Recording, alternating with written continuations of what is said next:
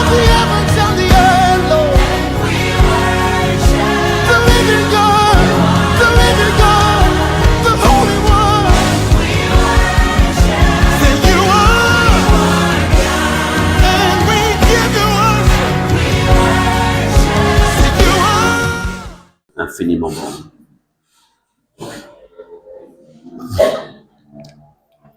Peuple de Dieu, ce matin, vous savez, je ne cesserai jamais de vous dire, de vous rappeler que le but pour lequel nous avons décidé de suivre Jésus, c'est parce que nous voulons entrer au ciel. Amen. Nous savons que nous sommes des voyageurs sur la terre. Un voyage qui commence le jour de notre naissance, je dirais même qu'il voyage depuis lorsqu'on est placé dans le sein de nos mères, on a été placé dans le sein de nos mères. Et un voyage qui se terminera, soit en fermant les yeux sur la terre et se réveiller de l'autre côté, soit avec l'enlèvement. Si tu viens à l'église ou si tu viens en ce lieu pour un autre motif, en fait, tu t'es trompé d'endroit. Si il y a un autre motif qui t'amène à venir ici, je répète, tu t'es trompé d'endroit. Mais je crois que tous autant que vous êtes, en venant en ce lieu, la première chose que vous recherchez, c'est le salut éternel de votre âme. Parce que la vérité, comme vous le savez, tout passera. La gloire de ce monde passera. Les biens de ce monde passeront. Tout passera.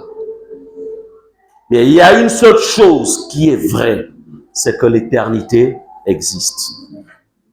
Et que nous devons tous préparer cette éternité. Nous préparer pour cette éternité. Amen.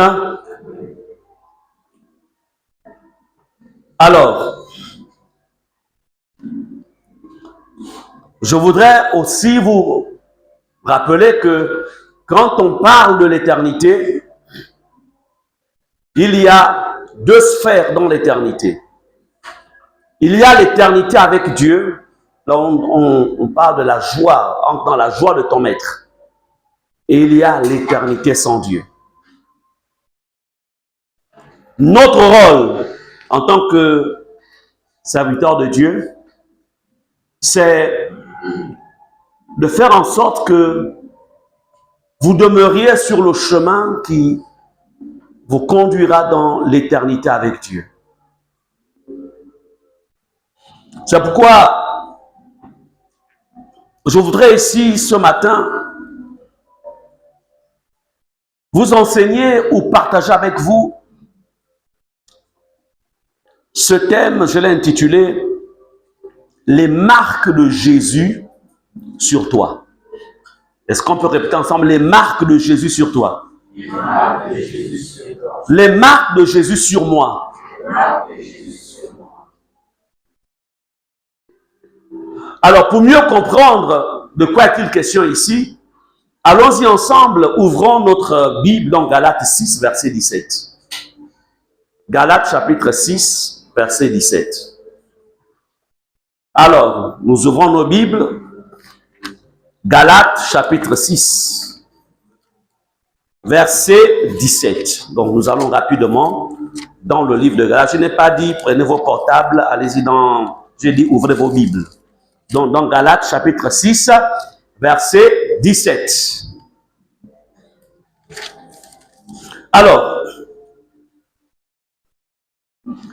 écoutons ce que dit Jésus. Il dit ceci. Ici c'est l'apôtre Paul, bien sûr, il est inspiré par l'Esprit de Dieu. Il dit que personne désormais ne me fasse de la peine. Car je porte sur mon corps les marques de Jésus. Amen. Car je porte sur mon corps les marques de Jésus. Ici, c'est l'apôtre Paul. C'est un disciple de Jésus. Il est fils de Dieu comme toi. Amen. Les marques. Je voudrais ici que nous comprenions ensemble quelque chose. Tout enfant, tout disciple de Jésus, tout disciple de Jésus porte les marques de son maître. Il porte les marques. La question que nous nous poserons tous ce matin, est-ce qu'il y a les marques de Christ dans ta vie? Les marques de Christ. Paul ici dit, je porte sur mon corps les marques. C'est bien. C'est bien de venir à l'église. Mais je voudrais vous dire une chose. Ne croyez pas en vain que votre foi ne soit pas une foi vaine. Que votre foi ne soit pas une foi trompeuse. La foi de Christ, elle s'appuie sur ce que lui-même Christ a vécu, a dit, mais aussi sur ce que ses apôtres ont aussi expérimenté et nous l'ont relaté. Nous sommes nous sommes dans l'âge ou le dernier âge de l'Église. Quand vous allez dans Apocalypse, vous allez voir là-dedans, il y a 7 types d'églises. Nous appartenons à la race ou à la classe de l'église de Laodicée. Allez-y dans Apocalypse et à la maison, lisez. Voyez ce que le Seigneur, ce que Jésus reproche à l'église de Laodicée. Donc l'église, quand je parle d'église, je ne parle pas des fatas. Je parle du corps de Christ sur le plan universel. Et après l'église de Laodicée, il n'y a plus une autre église. Parce qu'après Laodicée, c'est l'enlèvement. On appelle ça les 7 âges de l'église. Amen. De temps en temps, lisez Apocalypse, même si parfois il y a des images là-dedans qui font peur pour certains. Mais c'est important parce que c'est la réalité.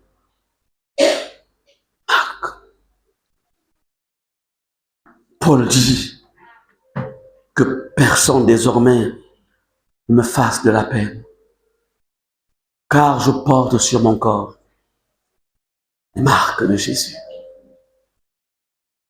Alors, pour mieux saisir, allons-y dans Matthieu chapitre 16, on va rentrer dans les profondeurs.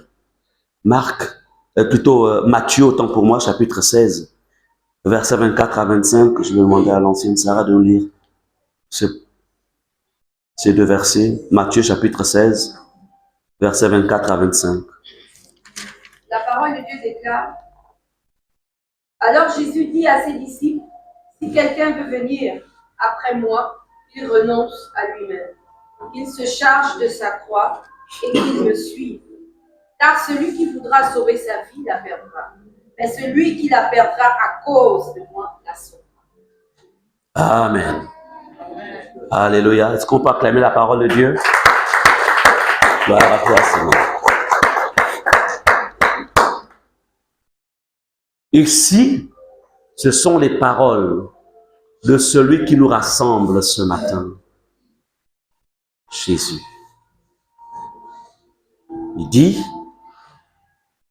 alors Jésus dit à ses disciples, si quelqu'un veut venir après moi, si quelqu'un veut me suivre, si quelqu'un veut m'appartenir, si quelqu'un veut être sauvé, si quelqu'un veut habiter avec moi de manière éternelle,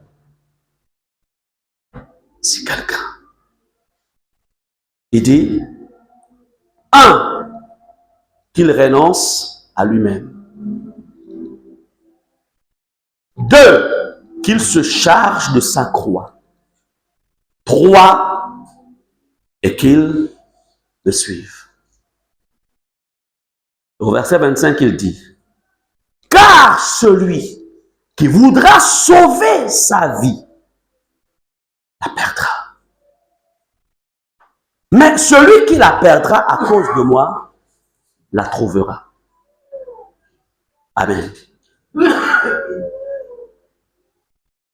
Bien-aimés,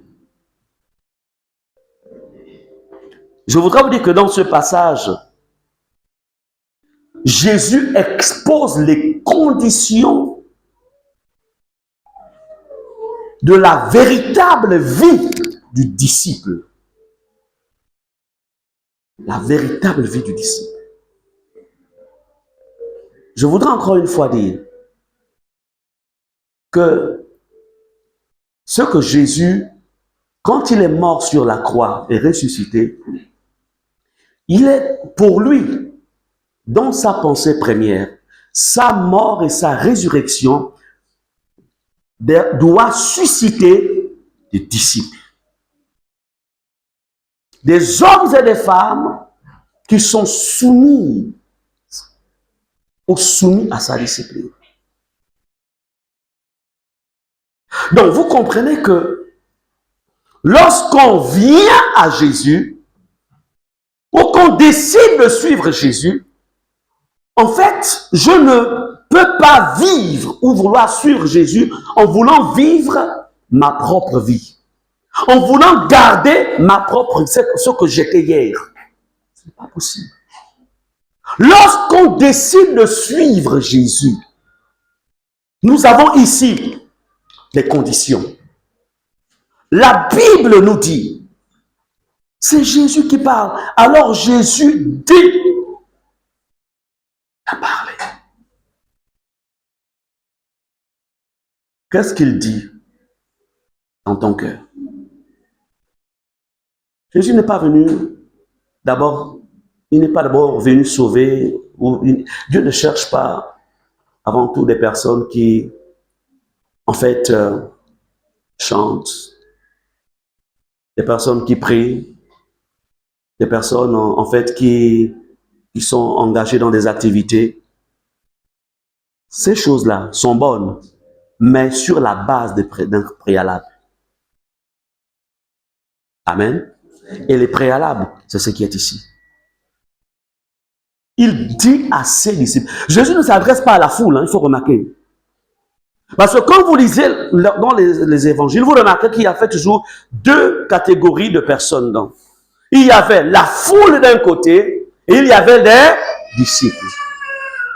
Jésus aimerait bien que cette foule rejoigne les rangs des disciples. Et quand bien même tu es disciple, il y a des exigences. Je voudrais vous rappeler ceci. Le monde a certainement évolué. Aujourd'hui, nous sommes dans ce qu'on appelle, ok, nous sommes dans le modernisme. Mais je peux vous dire une chose, le modernisme ne change pas Dieu. Le modernisme n'a aucun impact dans le monde spirituel. Ça n'a aucun impact. Parce que le monde naturel ne peut jamais influencer le monde spirituel. C'est le spirituel qui influence le naturel. Donc la parole de Dieu, elle reste éternelle.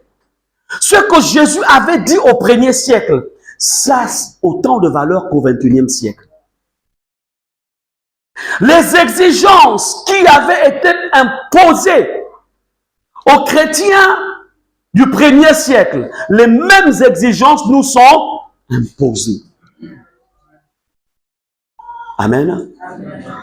Jésus dit à ses disciples, ce matin, qui es-tu? Disciple ou un simple croyant? Il y a beaucoup de croyants dans les églises. Mais Jésus est à la recherche des disciples. Jésus veut faire de toi son disciple.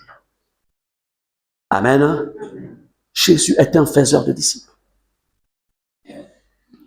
Il dit, si quelqu'un veut venir après moi, Dieu te dit ce matin, si tu veux venir après moi, est-ce que tu veux venir après Jésus? Est-ce que tu veux le suivre? Est-ce que tu veux le servir? Est-ce que tu veux l'appartenir? Est-ce que tu veux être une propriété privée de Jésus? L'appartenir. Amen.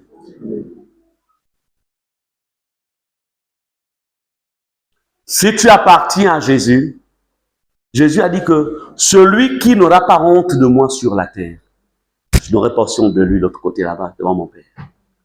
Mais celui qui a honte de moi, j'aurai aussi honte de lui de l'autre côté. C'est-à-dire que nous sommes dans un monde où de moins en moins de personnes se réclament être de Jésus en public.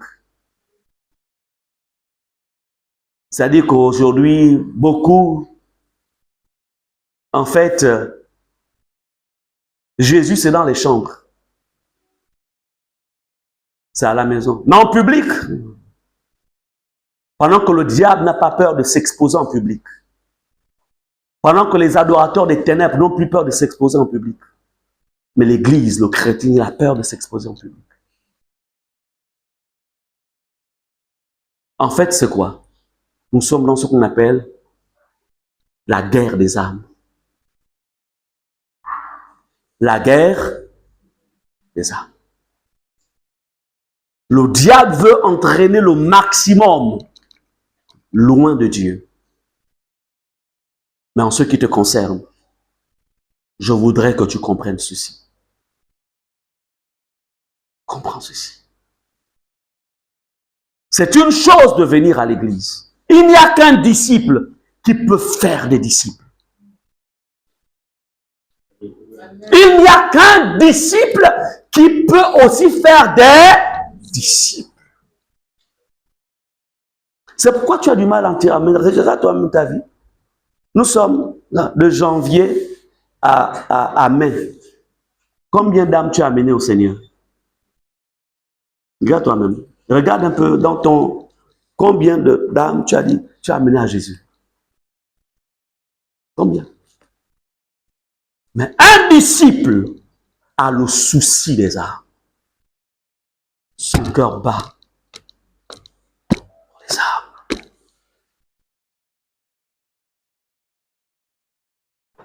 Amen. Je prie le cœur de Dieu dans son éternité soupire après le salut des âmes. Soupire. Cœur de Dieu. Soupire après le salut des âmes. Et même lorsque tu amènes les âmes, Dieu te dit, en vérité, c'est toi qui as la responsabilité de nourrir l'âme que tu amènes dans la maison de Dieu.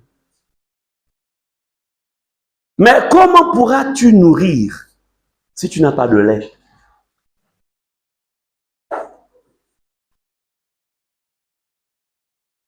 C'est pour dire quoi? Celui qui est disciple de Jésus, Dieu lui donne des outils pour pouvoir nourrir ça. L'âme qu'il amène dans la maison, Dieu lui donne des outils. Est-ce qu'on est ensemble?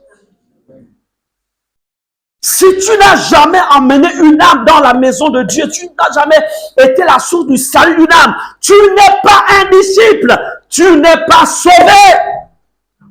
Le salut est quelque chose qui demeure en nous. La Bible, Jésus a dit, des fleuves de vie couleront de vos seins. Où sont les fleuves de vie en toi? Il ne faut pas se tromper. Il ne faut pas se tromper. N'ayons pas une foi, en fait, illusoire. Qu'est-ce qui fait ta gloire? Ou qu'est-ce qui réjouit Dieu concernant ta vie?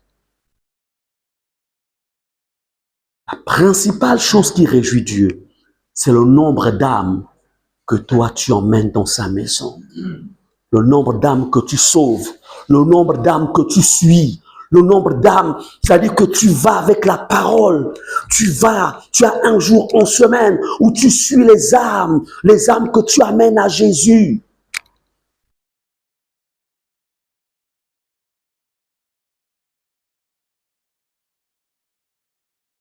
Aujourd'hui, les gens deviennent individualistes même dans la foi. Dimanche matin, quelqu'un prend sa Bible, vient le matin à l'église. En temps, toute la semaine, il n'a pas pu présenter Jésus à quelqu'un. Pas pu. En temps, on côtoie. Vous côtoyez des amis, vous côtoyez des voisins, vous côtoyez les collègues de travail. Pour les élèves, vous avez des amis. Vous côtoyez. Mon Dieu, est-ce que vous connaissez l'erreur que vous commettez? L'erreur. L'erreur. Cette âme-là à qui tu as du mal à parler de Jésus, si elle meurt, elle va tout droit dans le feu. Comme il est écrit, après la mort vient le jugement. Et cette âme te dira, pourquoi ne m'as-tu pas présenté Jésus? Nous allions ensemble au restaurant. Nous étions ensemble dans les anniversaires. Nous étions dans la même boîte. Nous apprenions ensemble. Pourquoi m'as-tu caché cette vérité? L'éternité. L'éternité. Je ne sais pas si vous réalisez cela. L'autre côté là-bas, ils vont nous reconnaître et tu le reconnaîtras. Ça, c'était mon collègue de travail. Nous allions ensemble dans des cérémonies. Mais jamais tu n'as ouvert la bouche pour lui dire, Jésus a besoin de toi. Le Seigneur ne nous appelle pas à convaincre les âmes. Ce n'est pas notre ministère. C'est le Saint-Esprit qui convainc. Notre ministère, c'est de dire, Jésus t'aime, mon ami. Viens à Jésus. On ne dit pas d'abord, viens à l'église, mais viens à Jésus. Parce qu'il y a beaucoup de personnes qui vont à l'église, mais qui n'ont pas Jésus. Il faut que la personne ait d'abord Jésus avant de lui dire, viens à l'église. Amen. Mais bien aimé, la question est la suivante. Quand je le dis, je ne vous condamne pas. Mais je veux vous faire réaliser une chose. C'est votre dimension de disciple-là. Lorsque on n'est pas dans l'esprit du disciple, on ne peut pas en faire des disciples. Parce que la fécondité spirituelle provient en fait de cette connexion avec le Maître. C'est lui qui te rend fécond. C'est lui qui te rend fécond. Et je peux vous dire une chose, l'une des raisons pour lesquelles beaucoup n'arrivent pas à grandir avec le Seigneur Jésus. Vous ne pouvez pas grandir avec Christ si vous n'avez pas d'enfant spirituel. Vous savez, je suis obligé, allez, à cause de vous, je suis obligé de prier chaque jour. Je suis obligé de me sanctifier. Je suis obligé de chercher Dieu. Je suis obligé d'accroître en fait mes connaissances. Pourquoi? Parce que je dois être capable d'être une réponse à toutes vos questions. Est-ce que vous comprenez cela? C'est comme une mère, une femme, quand elle a des enfants, elle est obligée de travailler. Elle est obligée de chercher de quoi manger. C'est comme un homme, quand il est en fait un homme responsable. En fait, il est obligé de travailler. Parce qu'il sait qu'il a des enfants. Il sait qu'il a une femme. Il est obligé. Il ne peut pas rentrer le soir. En fait, un sachet Nike à l'intérieur et puis un manioc au bamba à l'intérieur. Non! Il est obligé. Mais quand quelqu'un n'a pas d'enfant, il est célibataire, le gars il s'arrête quelque part là, au pavé, il prend sachet avec Nike à l'intérieur, manioc au bamba, il revient avec sa bouteille peut-être de jus de fruits, il m'a terminé. Son souci, c'est seulement son ventre. Est-ce qu'on est d'accord? Posez la question aux célibataires dans la salle.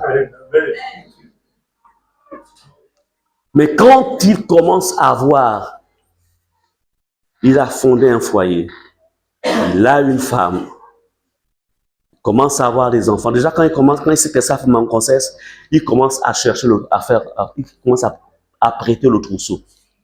Amen. En fait, un homme fécond, une femme féconde a une autre manière de fonctionner.